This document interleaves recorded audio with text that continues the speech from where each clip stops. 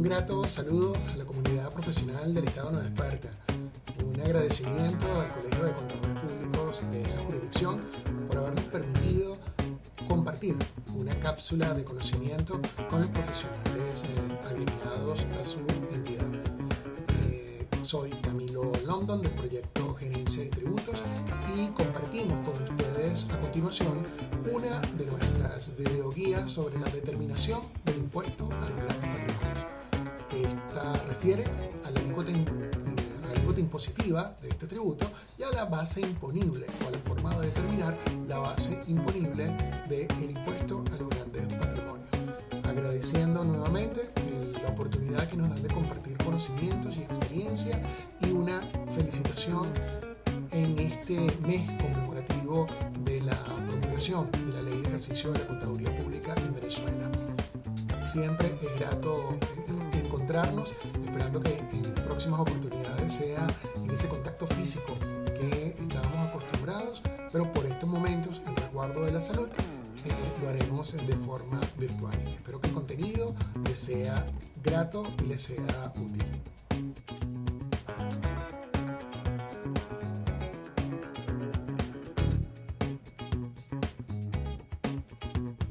La alícuota impositiva de este tributo está definida en un rango del 0,25% y el 1,5% que se determinará sobre la base imponible. Para el primer periodo impositivo y hasta la fecha, la alícuota que ha sido definida por el Ejecutivo Nacional por delegación de la ley es 0,25%. De manera tal de que este será el porcentaje del impuesto que aplicará sobre la base imponible. Si hablamos de base imponible de este tributo, como lo hemos venido señalando, es el patrimonio neto en los términos definidos en la ley. Para ello, se tomará el valor total de los bienes y derechos determinados conforme a las reglas establecidas en la ley y se excluirán los pasivos y el valor de las cargas y gravámenes que recaigan sobre bienes, así como también deben excluirse los bienes y derechos exentos o exonerados. Se resume entonces en una ecuación matemática: el valor total de los bienes y derechos menos las cargas y gravámenes sobre bienes, el valor de bienes y derechos exentos o exonerados y la resta de los pasivos o el valor de los pasivos del contribuyente. El valor total de los bienes y derechos que forman parte de la base imponible del impuesto a los grandes patrimonios, muy importante, son determinados o es determinado conforme a las reglas establecidas en la ley de impuesto a los grandes patrimonios. Es decir, no aplican aquí otras disposiciones, otras normas, otras leyes, sino que cuando hablamos del valor total de los bienes y derechos, tiene que ser conforme a las normas que dispone la ley de impuesto a los grandes patrimonios. Respecto a la atribución del valor de bienes y derechos establecidos en la ley, se establecen diferentes criterios de valoración de los bienes que conforman el patrimonio del contribuyente dependiendo del tipo o la categoría de dichos bienes. Tenemos inmuebles situados en el país, como una de las categorías que establece la ley, inmuebles situados en el exterior, otros bienes inmuebles. Tenemos también acciones y participaciones. Además, otra categoría lo constituye las joyas, objeto de arte y antigüedades, así como los derechos reales. Y por último, una categoría que abarca a todos los otros bienes en general que no se corresponden con alguna de las anteriores categorías. Los inmuebles situados en el país. El valor que conformará la base imponible será el mayor entre tres diferentes elementos. Uno de ellos, el valor asignado en el catastro municipal.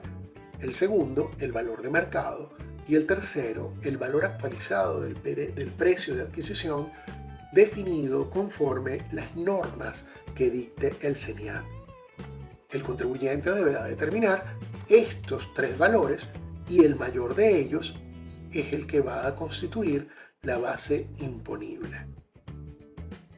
En el caso de los inmuebles situados en el exterior, aplicará como base imponible el mayor valor que resulte de las reglas fiscales o determinado conforme las reglas fiscales del país donde esté ubicado dicho inmueble o el precio corriente de mercado.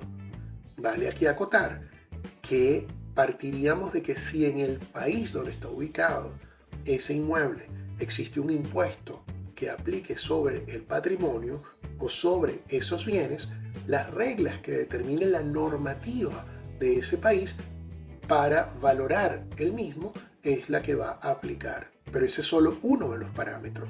El otro es la determinación del precio corriente de mercado.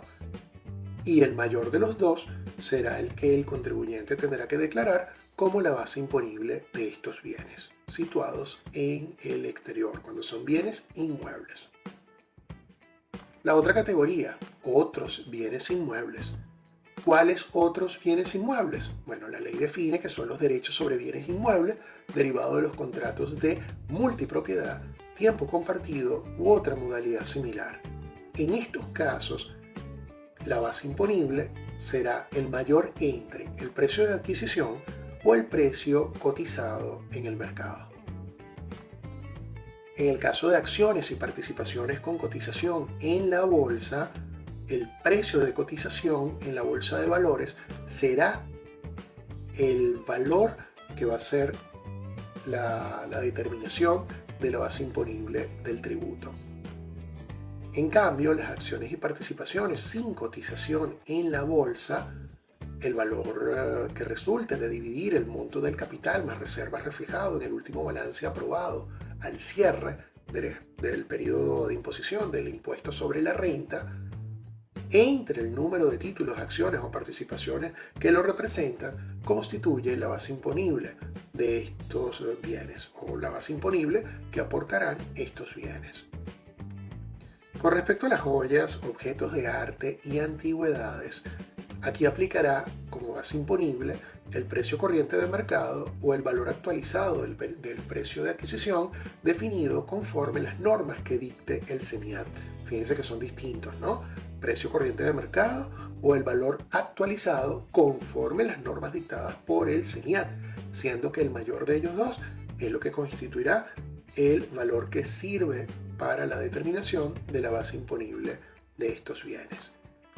En lo que refiere a los derechos reales, específicamente las hipotecas, prendas y antícresis, se valorarán por el monto de la obligación o capital garantizado, comprendiendo las sumas que se aseguren por intereses, indemnizaciones, cláusulas penales u otros conceptos similares.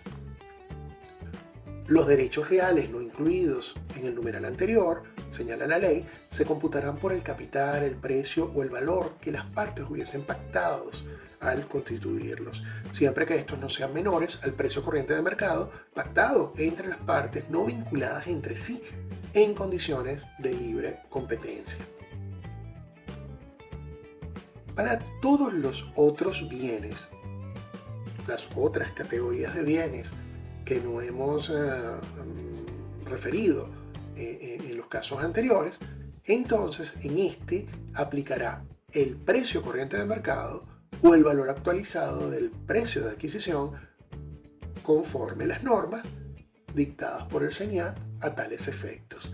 El mayor de los dos será el valor que va a constituir la base imponible de estos otros bienes. Podemos entonces mostrar un cuadro que nos permite identificar en su lado izquierdo las diferentes categorías de bienes que identifican del artículo 16 al artículo 22 de la Ley de Impuesto a los Grandes Patrimonios. Y en la parte superior vemos los elementos que conformarían la base imponible o la cuantificación o medición de la base imponible de estos bienes. Cuando veamos que hay más de un criterio para establecer el valor del bien, que constituirá la base imponible, en ese caso aplicará el mayor de dichos valores. Caso, por ejemplo, el de los inmuebles situados en el país. Artículo 16 de la Ley de Impuesto a los Grandes Patrimonios. Observamos que el catastro municipal, el valor de mercado y el precio de adquisición actualizado con normas del CENIAT son los tres criterios que se van a utilizar para la determinación de la base imponible. ¿Cuál de ellos? El mayor, el que resulte mayor de esos tres. En el caso de inmuebles situados en el exterior, el mayor entre las reglas fiscales del país donde se ubica el bien o el precio corriente de mercado. En el caso de otros bienes inmuebles, descritos en el artículo 18 de la ley, la base imponible será el precio de adquisición o la cotización en el mercado, el que resulte mayor entre los dos. En el caso de acciones y participaciones que sean cotizadas en la bolsa, aplicará la cotización de la bolsa como el único criterio para determinar la base imponible, mientras que las acciones y participaciones no cotizados en la bolsa será el valor según libros.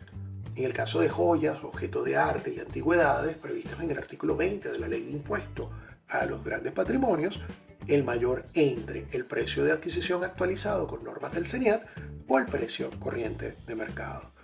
Igual criterio aplicará para los otros bienes muebles que no están descritos o desarrollados entre el artículo 16 y el artículo 21 de la ley, que es a lo que refiere el artículo 22 de la ley de impuesto a los grandes patrimonios. El CENIAT, recuerden, debía dictar unas normas para la valoración de los bienes.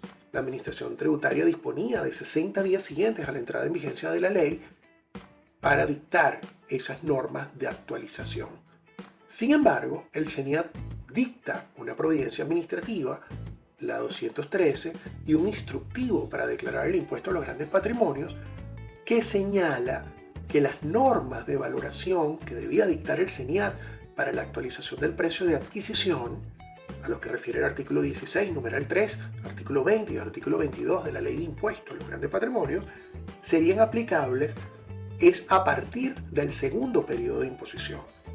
Igualmente, las normas dictadas por el CENIAT señalan que la obligación que tienen los municipios de actualizar su catastro y mantener actualizado su catastro, en el caso de los bienes inmuebles situados en el país, recordemos que el valor catastral es parte de los elementos que conformarían la base imponible.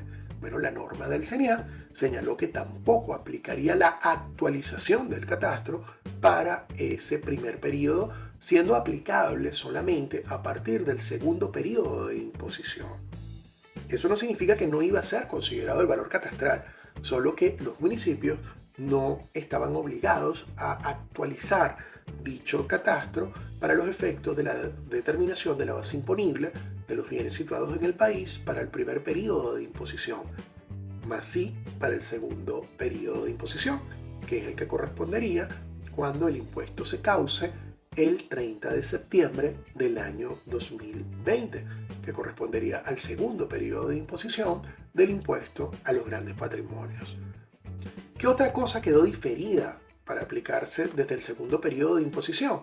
Bueno, la norma del CENIAT señala que lo dispuesto en el artículo 5 de la Providencia Administrativa. Esto es un artículo en donde no se desarrollan normas relativas a la valoración de los activos, sino, en todo caso, una serie de deberes formales asociados a la obligación ya no material, sino formal, relativa al impuesto a los grandes patrimonios. A la fecha de preparación de este curso en línea o de esta guía de impuesto a los grandes patrimonios, audioguía, no ha sido dictado aún normas e instructivos adicionales para la actualización del valor de los bienes. Así que hay que estar muy pendientes de si el CENIAT procede a dictar dichas normas. ¿Qué señalaba ese artículo 5 de la Providencia Administrativa, que quedó diferido también a partir del segundo periodo de imposición? Bueno, señalaba que los contribuyentes deben mantener a disposición de la Administración Tributaria los documentos, registro, valor de mercado, valor catastral actualizado y demás documentos que soporten la determinación del valor atribuible a los bienes y derechos que se reflejen en la declaración del tributo.